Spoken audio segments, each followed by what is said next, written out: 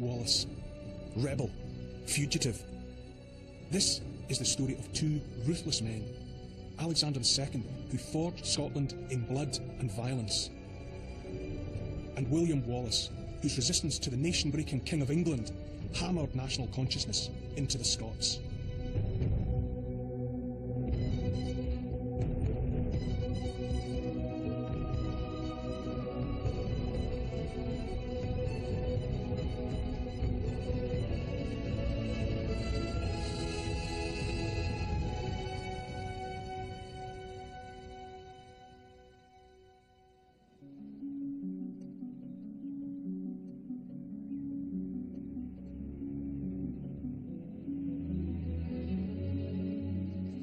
This is the River Tay, just north of Perth. It runs past Scone, the ancient inauguration site of the Kings of Scotland. On a cold December morning in 1214, a 16-year-old boy journeyed across this river heading for Scone. His elderly father William had died the night before, but there was no time for mourning. This quick-tempered teenager was about to become the next King of Scots, Alexander II.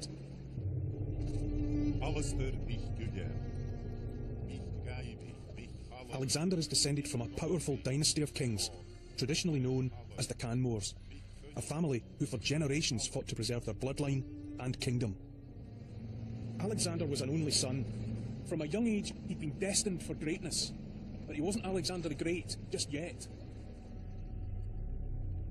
The kingdom he inherited was smaller than the Scotland we recognise today.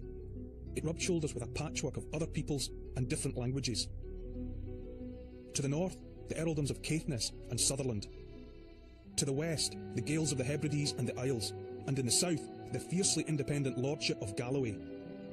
But England was bigger, stronger, richer than them all. And for nearly 200 years, the English kings said the Kingdom of Scots belonged to them. The English were the overlords. It was all a game in which what you said you owned mattered every bit as much as what you actually held. The early Canmores had played the game, had recognised English superiority. But subservience was not Alexander's style. As far as Alexander was concerned, he was every bit the equal of an English king. Call it brash, call it arrogant. He was on a mission to free his kingship from English overlordship once and for all.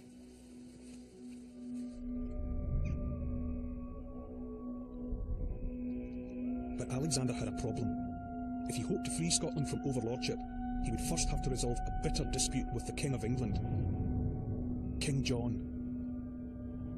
Northumbria, Cumberland and Westmoreland were territories to which both the Kings of England and the Kings of Scots laid claim.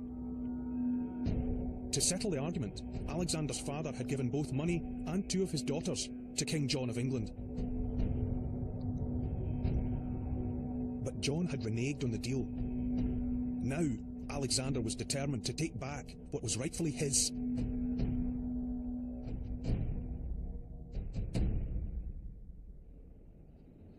Alexander wasn't the only one with a grudge against King John. There was a long queue of English barons with similar grievances.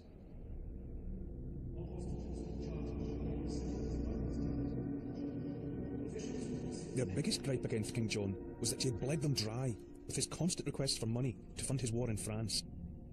In protest, they drew up a list of over 60 demands. All hostages and charters shall... All cities, boroughs, towns and ports shall enjoy order, and officials will not seize any land. You shall do this without destruction or damage to the evil... The document became known as Magna Carta. The barons added Alexander's claim to the disputed northern territories to the bottom of the list, in clause 59. A promise to do right by Alexander, King of the Scots. Alexander, the King of the Scots, concerning the return of his sisters and hostages, and his liberties and his right, according to the way in which we... King John had no option but to agree to the barons' demands. He affixed his seal to the charter. But no sooner had he done so, he rejected it, calling it mere foolishness. Enough was enough.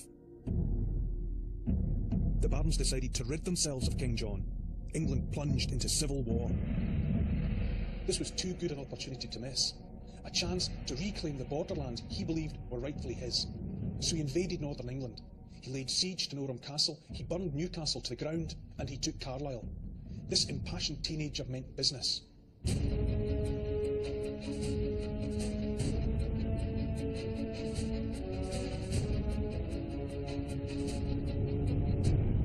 Alexander was no stranger to the battlefield.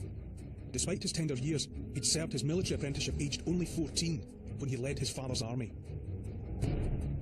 After crushing Gallic rebels in the north of Scotland, Alexander earned the respect of his men.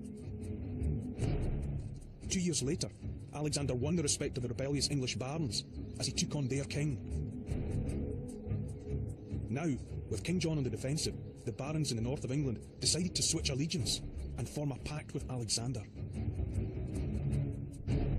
On the 11th of January 1216 in Melrose Abbey, the northern barons lined up to swear fealty to the king for their lands, and that king was the King of Scots.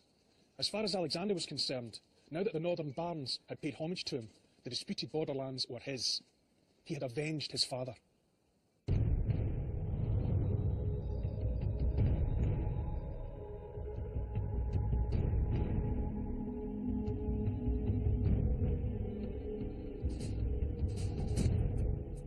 While Alexander tightened his grip in the north, the English barons in the south turned to John's enemy, the French, for help. The barons invited Prince Louis to England to take the English crown. He accepted. In the spring of 1216, the French prince and his army sailed for England.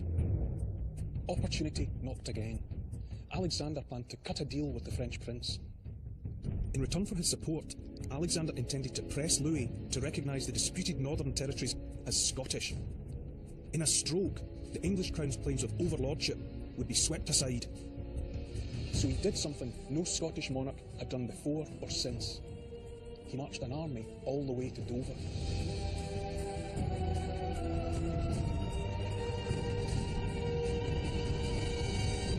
Meeting little resistance on his way south, he joined forces with the French army, and together they laid siege to Dover Castle, the key to England. In all the wars with England, no other Scottish king ever came so far. It was an incredible achievement. Alexander's head must have swelled with every passing day. He was 17 and he was on the brink of achieving his family's longest-held ambition. Half of Britain was nearly his. But then fate dealt a devastating blow.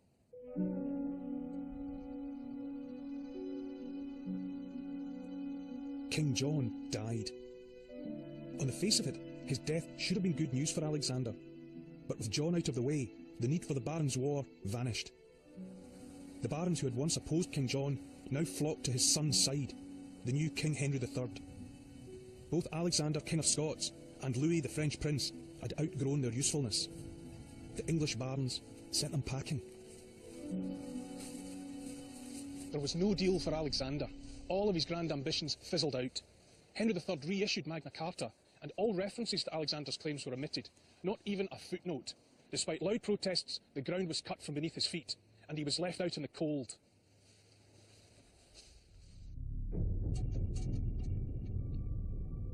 And it got worse. The Pope gave his backing to Henry III. Alexander found himself excommunicated. The powers of the Scottish Church suspended. Back to square one. It stung. The Pope chastised him like a wayward son, ordering the truculent teenager to return his English conquests and pay homage for them to the King of England, the 9-year-old King of England. In Northampton, on the 19th of December 1217, Alexander, bereft of allies, paid homage to the child king Henry III. His ambition of ruling the northern territories of England was over.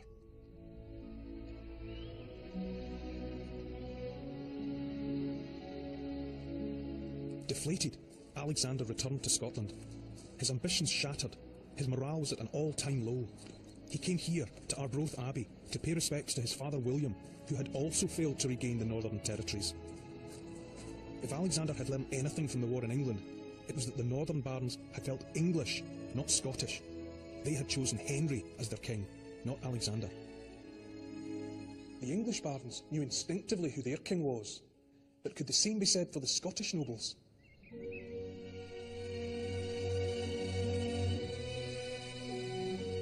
The Scottish nobles were split between two powerful factions. In the south were the descendants of Norman families invited to settle in southern Scotland by the early Canmore kings. Helping to build many of the great border abbeys and cathedrals, they changed the face of Scotland, transforming it into a more European-looking kingdom.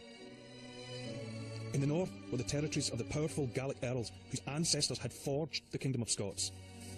But these were the very Gallic lords that Alexander's family had rejected in favour of a Norman future.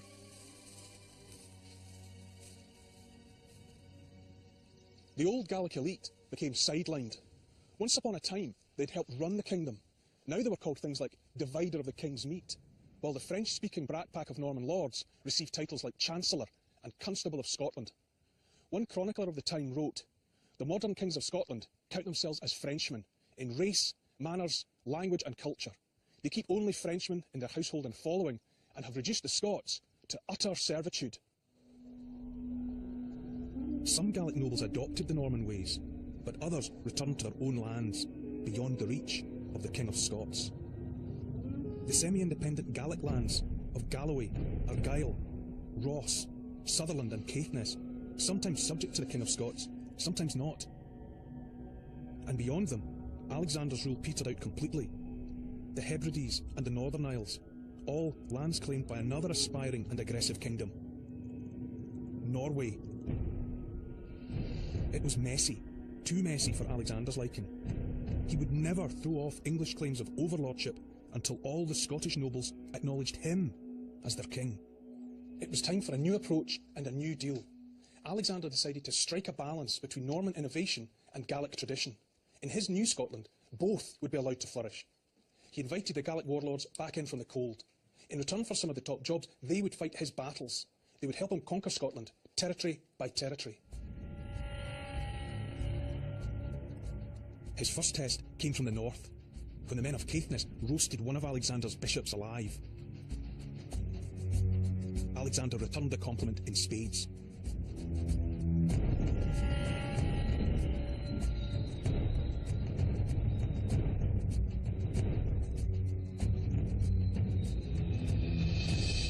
In Ross, challengers to Alexander's succession rebelled against him. In response, Alexander's Gallic warlords severed the leaders' heads and presented them to him as a gift.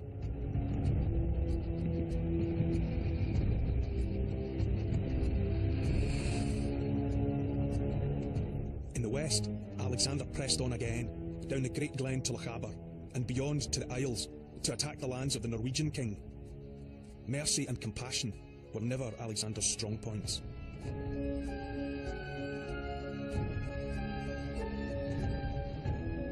The man who would be king of all Scotland proved to be utterly ruthless from the moment he set out to subdue it. A symbol of just how far he would go to secure his kingship was in his treatment of a baby girl. Alive, she represented a rival claim to his throne. In Alexander's eyes, she was just as much of a threat as any sword-wielding assassin. He took no chances. The infant was a distant relative of the Canmore line. Her fate was recorded by the Lanercost Chronicle. The daughter, who had not long left her mother's womb, innocent as she was put to death in the view of the marketplace. Her head was struck against the column, and her brains dashed out. Alexander now had what he wanted. Her elimination killed off the last threat to the Scottish crown. This terrible and shocking act was remembered for generations to come. And that was the point. Loud and clear, the King of Scots let it be known. This is what will happen to anyone who crosses my path, however young, however innocent. But his actions had delivered results. Something new had emerged. Alexander's victories had not only brought peace, but something far more enduring. One people, one kingdom. Now everyone was subject to one king, and that made them one people, Scots. Alexander had restored the esteem of his kingdom to such an extent that King Henry III of England agreed to a border established for the first time in 1237. Psychologically, that was a big step. Now Scots could say, this is Scotland, that is England, and we are different.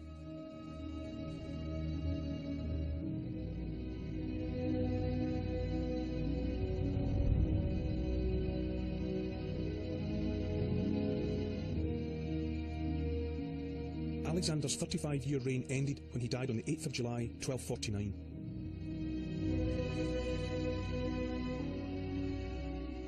His kingdom stretched all the way from Caithness in the north to the Solway Firth in the south. That was the legacy of Alexander II.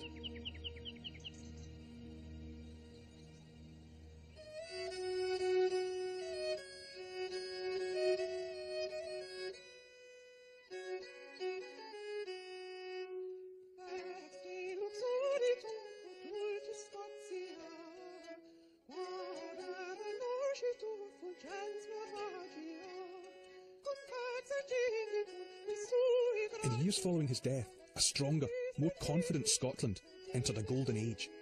His son, Alexander III, inherited the family firm. Times were good, Scotland prospered, and culture flowered. England now saw Scotland differently. Suddenly, the Scots were worth getting into bed with. Claims of overlordship were replaced by offers of marriage. And so it was that at Christmas 1251, Alexander III, King of the Scots, married Princess Margaret of England. It was an ostentatious display of wealth and power, and the message was clear. Scotland was determined to be seen as an equal partner, an equal kingdom.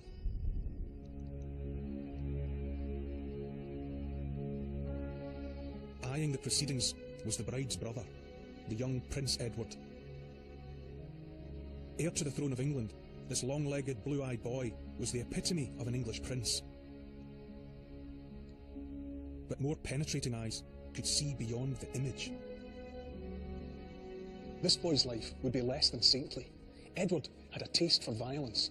The chronicler Matthew Paris famously recalled how the young prince got one of his followers to attack a man, cut off an ear and gouge out an eye. Paris wondered what kind of king he would make. If he does these things when the wood is green, what can be hoped for when it is seasoned?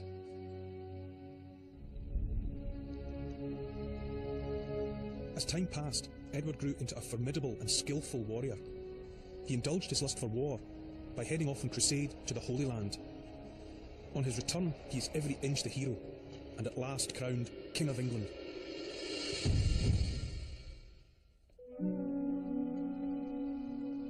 But while Edward's life took on the glow of a medieval boy's own story, Alexander III's life turned into a Greek tragedy.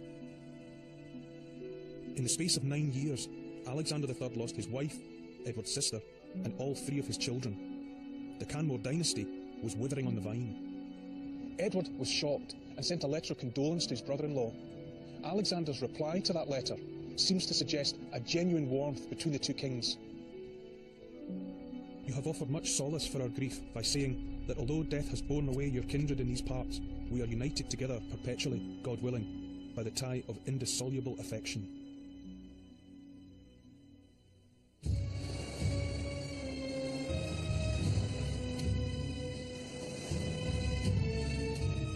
Then, in March 1286, Edward heard about another death, Alexander.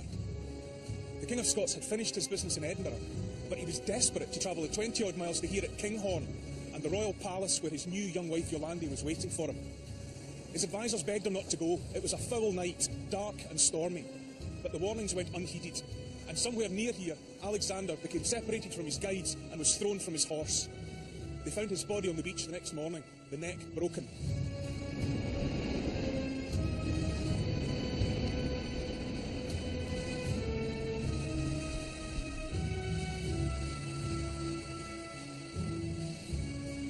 Edward mourned the death of his brother-in-law, though some would say that he shed crocodile tears. He may have been related to Scotland's royal family. His father may have recognised Scotland's sovereignty, but Edward was descended from a long line of English kings who claimed to be her overlord. A claim that Edward had not forgotten, and now the kingdom's future hung by a thread. Next in line to the Scottish throne was Alexander's 3-year-old granddaughter and Edward's grandniece, Margaret, known as the Maid of Norway. The child Margaret was the last direct link with the Canmore dynasty. Her marriage to Edward's son was speedily arranged. As far as Edward was concerned, as soon as the ink on the marriage agreement was dry, Scotland would belong to him. The logic was simple. Medieval women were property. What they owned belonged to their husbands. What the maid owned, once she was married, would belong to Edward's son.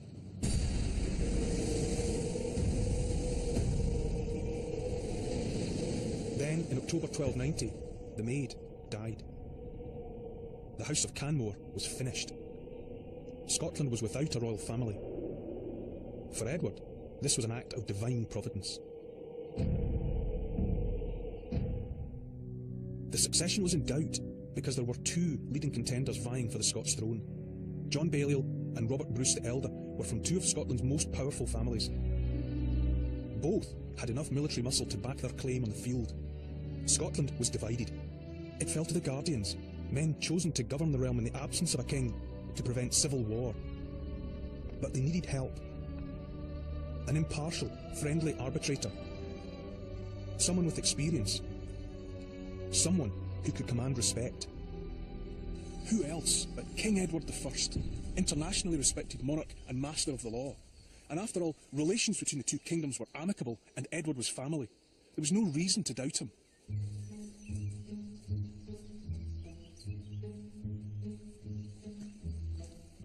Edward called for a parliament to be held on the 6th of May 1291 to decide the future of the Scottish crown, and the location he chose was Norham, over there on the English side of the River Tweed. The Scots smelled a rat. The future of Scotland to be decided in England. It wasn't right. So the Scots stalled on the Scottish side of the river. It was a standoff. It didn't take Edward long to reveal his true colours, his real intention. He sent word to the Scots that the Parliament would not start until the Guardians and the claimants for the throne of Scotland acknowledged his position as superior overlord of Scotland. The Scots were stunned. 60 years of peace, and now this. They would not give up their hard-won autonomy. One of the 6 Guardians of Scotland was Bishop Wishart of Glasgow, a shrewd and powerful figure Wishart, a bulldog of a man. True to style, he delivered Scotland's response in person. He told Edward to his face. The Scottish kingdom is not held in tribute or homage to anyone, save God alone.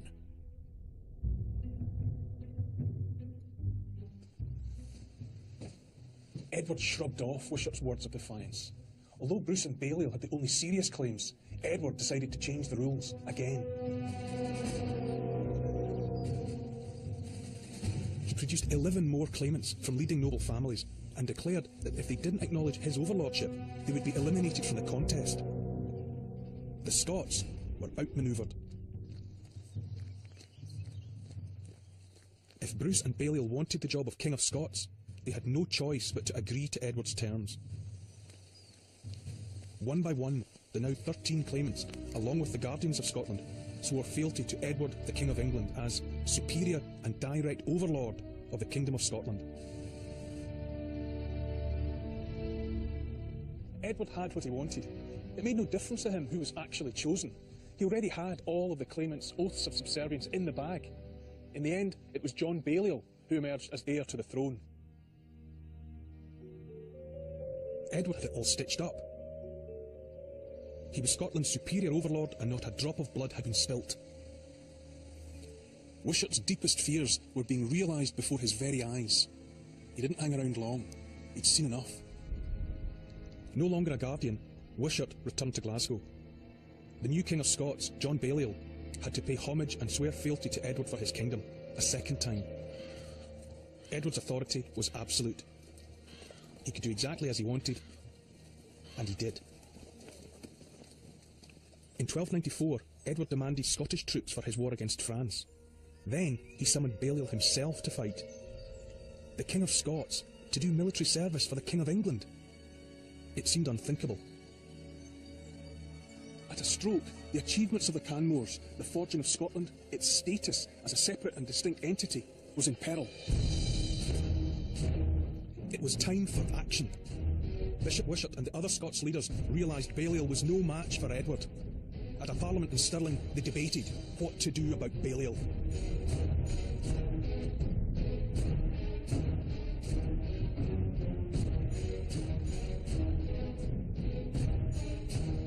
Wishart had no qualms. By the end of the meeting, the bishop's radical view prevailed. A new guardianship was established. A council of 12 men was selected to run the affairs of the kingdom in Balliol's name. Balliol was to be reduced to a figurehead, to be wheeled out to play the role of ruler. Now, the real governors of Scotland laid plans to fight Edward. As Wishart saw it, the council had two tasks: negotiate a treaty with France and prepare the country for war. France was Edward's enemy. Military support from them would mean the Scots stood a chance against Edward's forces. In the late summer of 1295, a delegation left Stirling for Paris to negotiate a treaty with the French king. The terms were simple. Should Edward attack France, then the Scots would wage war against the English.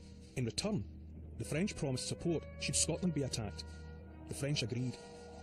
When Edward went to war against France in 1296, the Scots duly marched into England. The fuse was lit. Wishart waited for Edward's inevitable onslaught. It came. On the 30th of March 1296, Edward's army crossed into Scotland.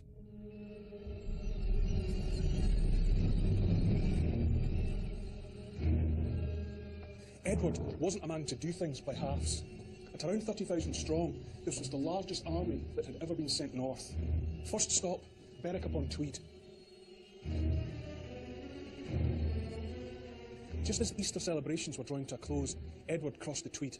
The feeble timber fortifications offered no resistance. What followed was one of the worst massacres in British medieval history. For 2 days, streams of blood flowed from the bodies of the slain. For his tyrannous rage, he ordered 7,500 souls of both sexes to be massacred. Mills could be turned round by the flow of their blood.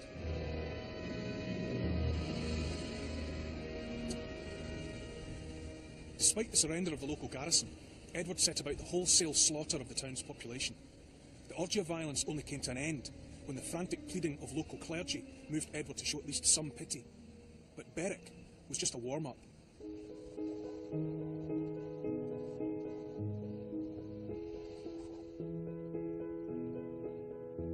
Edward's reputation would now precede him as he advanced north into the heartlands of Scotland. After defeating the large but inexperienced Scots army at Dunbar, resistance to Edward buckled. Castle after castle fell.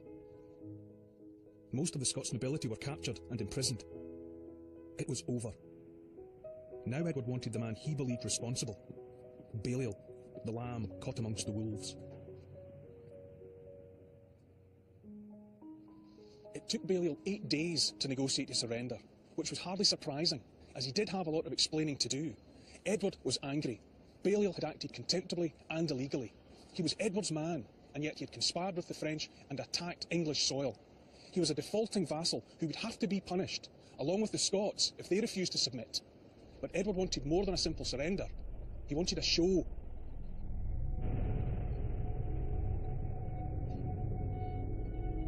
Paraded as a penitent before Edward, Balliol was stripped of his kingship. The royal insignia ripped from his clothing, earning him the cruel nickname Tomb Tabard, empty suit, King Nobody. Broken and humiliated, Balliol was sent to the Tower of London and then to exile in France. Not content to humiliate a man, Edward plundered the country. He set about systematically stripping Scotland of all her symbols of sovereignty and independence. The crown jewels, the Black Rood of St Margaret, the holiest and most venerated relic of Scotland. And the Stone of Destiny, the centrepiece of Scottish kingmaking.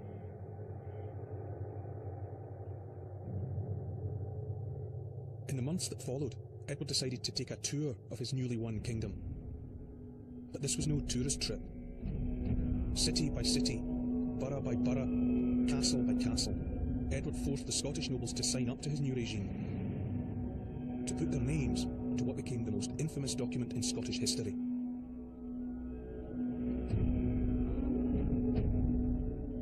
The Ragman Roll. Well, the Ragman Roll is a list of the Scottish nobles who had to give homage to Edward I of England in 1296. So it's got about nearly 1,900 names on it. What is contained in all these endless lines of text, and what exactly are they signing up to? Well, basically they had to pay homage to Edward I, who had defeated the Scots at the Battle of Dunbar, and he was essentially the King of Scots now, and they had to acknowledge him as their Lord and Master. What are the famous names that would stand out? Oh, well, you've got a full panoply of the Scottish nobility. You've got competitors to the throne, the head of the House of Balliol, Bruce. the stewards there. There's a complete set of bishops, people like Bishop Wishart, and then there's a lot of knights, if you like, and lesser people who held land in Scotland at that time. But it isn't just the names of the nobility and bishops that appear on the Ragman roll. Representatives across the Scottish kingdom, religious and political, were forced to fix their seals of submission. Scotland was without a king. Beaten, broken and humiliated, the winter of 1296 was one of the country's darkest. Edward left the governance of Scotland to two trusted lieutenants and returned to where he'd left off, fighting the French. As he crossed the Tweed back into England, he quipped, "A man does good work when he rids himself of shit."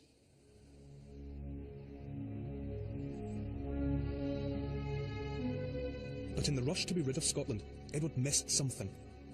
Scotland had never been directly ruled by an English king.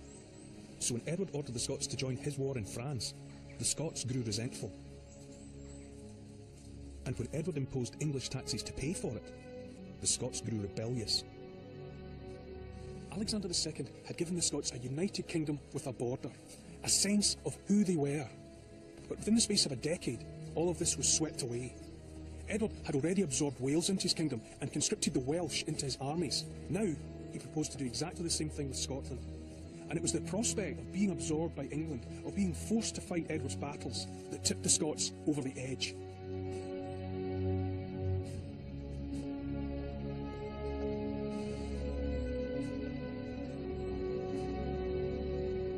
The first spark of resistance was struck in the Gallic north. It was a small act of defiance, a single standard raised against Edward. But soon, a myriad of flames engulfed the kingdom, and among them was one man, William Wallace.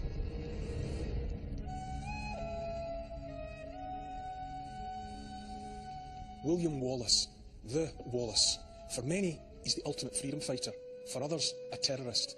He's the enigmatic hero who appears from nowhere to liberate his people and to shape history. The Wallace story is one of the defining legends of Scottish identity and the epitome of Scotland's story. And yet, with all the mythologising, we've lost sight of Wallace the man. A remarkable man, but a man nonetheless.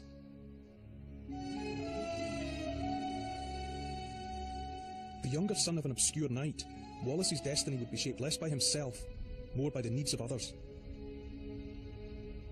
And what Bishop Wishart, the self-appointed chief of the Scottish resistance movement, needed right now was time. Scotland had run out of leaders. Most of her nobles were either imprisoned or had been forced to fix their seals to the Ragman rolls.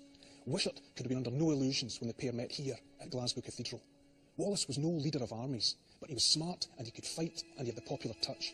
Most importantly, he could buy time for Wishart while the bishop tried to raise the Scots nobles in Ayrshire. An English chronicler put it simply, Wishart caused a certain bloody man, William Wallace, who had formerly been chief of brigands in Scotland, to revolt against the king and assemble people in his support. And that's exactly what Wallace did.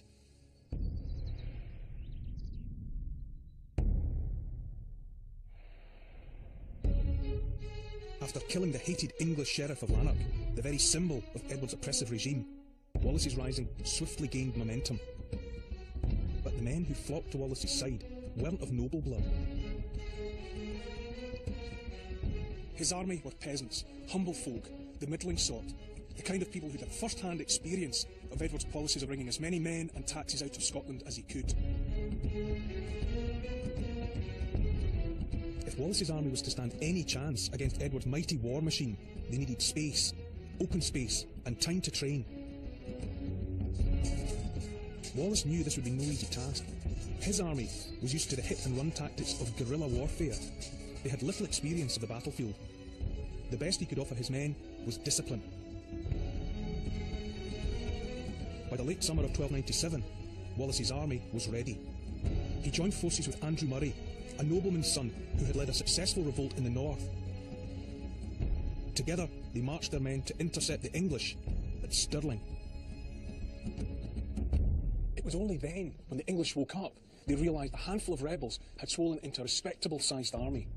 But the English Captain Warren wasn't alarmed. His army, with its impressive heavy cavalry, could take on any peasant rabble. To confront the Scots, the English army had to cross the River Forth. Easier said than done. Deep and impassable, the Forth rises in the west and flows east to meet the North Sea, almost cutting the country in half. crossing point, a narrow wooden bridge at Stirling. When the English arrived, Wallace and Murray were waiting. They knew the land, and they understood the strategic importance of the bridge across the Forth as the gateway to the north. They positioned their army on the slopes of Abbey Craig, about a mile from the bridge.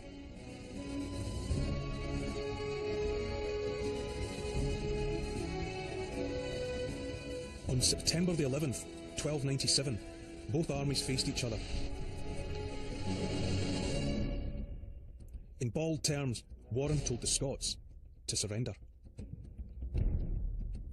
Wallace told them, "Go back and tell your people that we have not come for the benefit of peace, but to do battle, to defend ourselves and liberate our kingdom.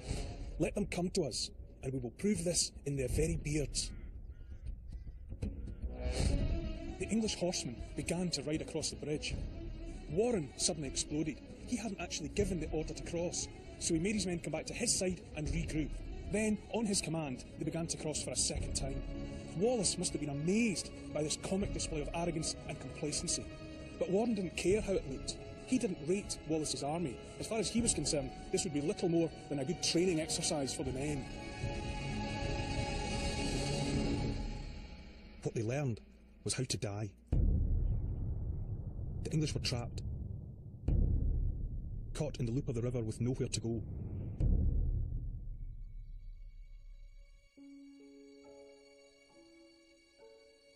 As the chronicler Gisborough said, there was indeed no better place in all the land to deliver the English into the hands of the Scots, and so many into the power of the few.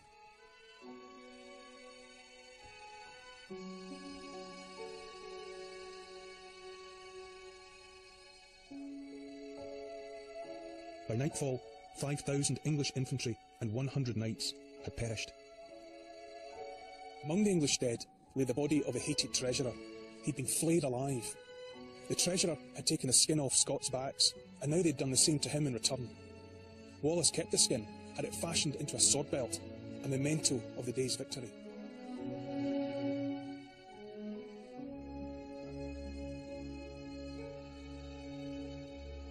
The defeat was a huge loss of face for Edward.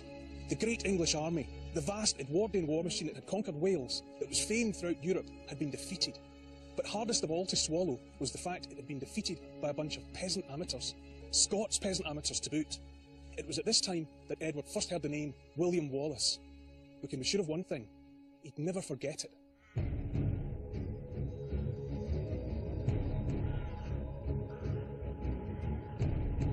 The Scottish nobles were dumbfounded. Now they were forced to rub shoulders with the middling folk to make this man Guardian of Scotland. Murray, the noble who commanded the army with Wallace, would have been their preferred choice, but his death after Stirling Bridge ruled that out. Here at Kirk of the Forest, Wallace the Outlaw became Sir William Wallace, the Guardian of Scotland. He was the hero of the hour, for now.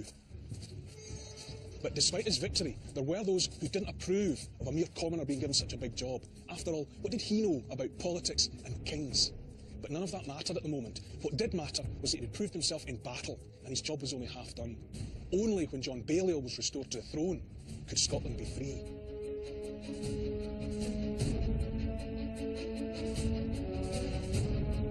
Wallace had proved to be Edward's equal in every regard except status. He was brutal. He was ruthless. He fought on Edward's terms. He played dirty. The defeat at Stirling Bridge had angered Edward. Now he wanted revenge.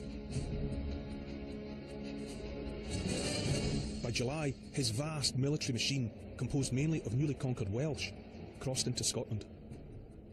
As Edward advanced north, he encountered a wasted landscape. There was no sign of Wallace, but he could see his handiwork in every burnt-out farm. Weeks passed, there was still no sign of him. But then, the logic of Wallace's strategy became obvious. Denied food supplies, the English army started to starve, and fighting broke out between the English and Welsh infantry. Edward's army was close to disintegration when it finally arrived at Linlithgow's town walls. He realised he might have to abandon the war altogether, unless he could find Wallace, and fast. The scouts reported that the Scots army was less than 20 miles away at Falkirk.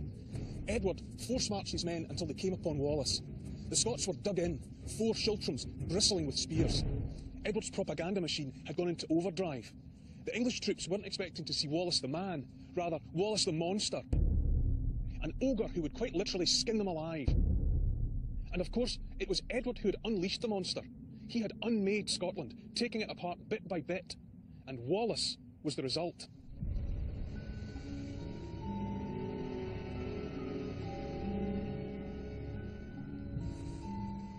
Edward was unconcerned.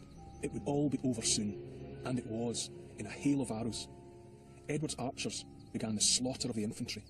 It was said the Scots fell like blossom in an orchard when the fruit had ripened. The cavalry completed the rout.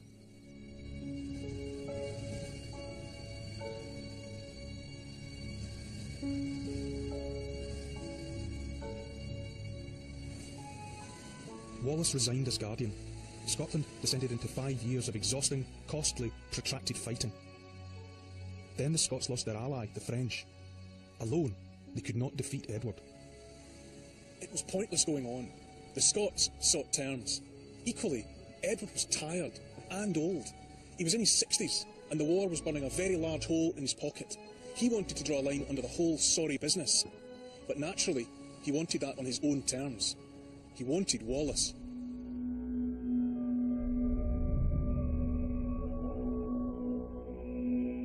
As for William Wallace, said Edward, it is agreed that he shall render himself up at the mercy and will of our sovereign lord the king, as it shall seem good to him.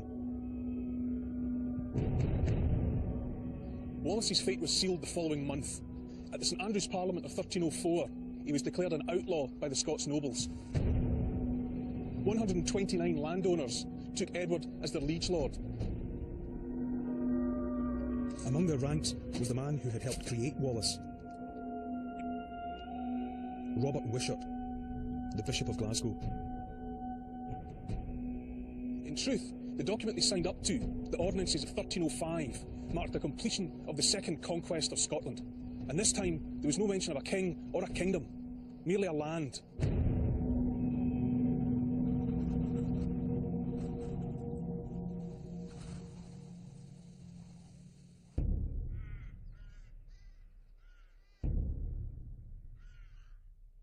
As for Wallace, Edward had singled him out for special treatment. No words of peace were offered. Wallace must submit to Edward's pleasure. Edward played every dirty trick in the book. He threatened and blackmailed Wallace's friends, forcing them to hunt down the fugitive. Finally, Wallace was betrayed. On the 3rd of August 1305, he was seized in a house near Glasgow. According to an English source, Wallace was surprised in his bed. In the Scots version of what happened, Wallace put up a huge fight before he was eventually taken. 3 weeks later, Wallace stood here, Westminster Hall, before Edward's judges. The king, ever the master of the law, was determined to destroy Wallace's reputation. A crown of laurel leaves had been placed on his head to mock, it was said, Wallace's boast that one day he would wear a crown. As an outlaw, he was already legally condemned. No plea, no jury, no witnesses, no defence. He was merely presented with the indictment. That he had notoriously committed killings, arson, destruction of property and sacrilege during the war with England. That he had assumed the title of Guardian and seduced the Scots into an alliance with France. The charge of treason was an innovation, but if it was on the king's record, then it was law. If Edward said he was a traitor, then he was. It was only then that Wallace spoke. He had never been a traitor. He had never sworn allegiance to Edward. Like Scotland, Wallace was trapped by Edward's laws. The outcome was a foregone conclusion. He suffered a traitor's death. There was no Christian burial. Wallace's boiled head was spiked on London Bridge and his quartered body sent north to Newcastle, Berwick, Stirling and Perth as an example of the fate that would befall anyone who challenged Edward.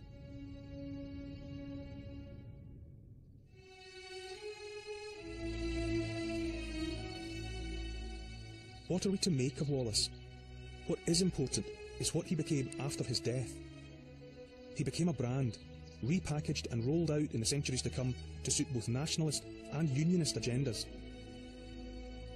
700 years later, the basic vision of a free, independent Scotland for which William Wallace fought still haunts the collective Scots imagination. For many, Wallace remains Scotland's greatest patriot. But what had he actually achieved? In the end, Wallace had failed. Scotland's king remained in exile, her nobles under oath. Edward I, the Hammer of the Scots, had conquered Scotland. You might even say he had turned it into an English region. But in his fixation with the crown and the kingdom, he'd underestimated the people. Edward's determination to crush them had served only to define for the Scots who they really were.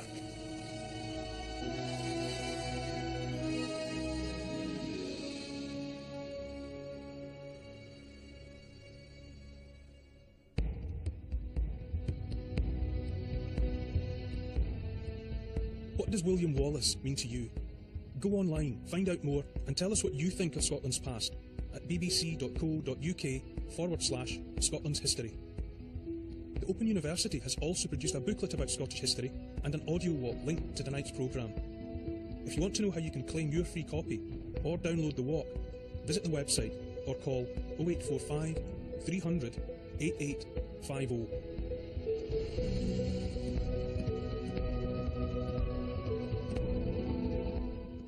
In spite of being in a super high-tech yacht, Rory Gryffindor still may not be able to make their destination on time in Three Men in More Than One Boat, next on BBC Two.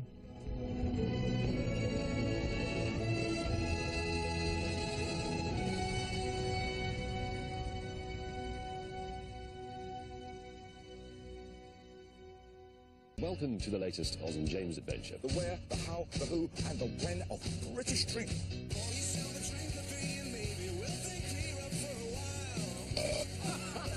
Smells quite beery. Cheers. Oz and James continue to drink to Britain, Tuesday at 8 on BBC Two. Missed the last episode? Catch it on BBC iPlayer. This is the story of three real princes. I like Princess Diana. I admire the courage of Elton John. I think British girls are one of the best people you could ever meet. Who gave up everything to find true love in a faraway land. I want people to love me and not my money. And so, hiding their titles, they live, work and date like normal people. Get the loosen up a bit. He said stop looking at her boobs. I'm not looking at the... No, I'm not. Would you like to date with me? Well, I'm quite busy. She just stole my heart. The Undercover Princes, Thursday at 10:30 on BBC Three TV and online.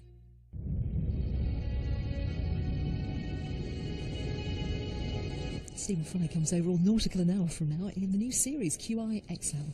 It's time for Dara, Griff and Rory to bring their journey to a close first on BBC Two, if that's actually possible.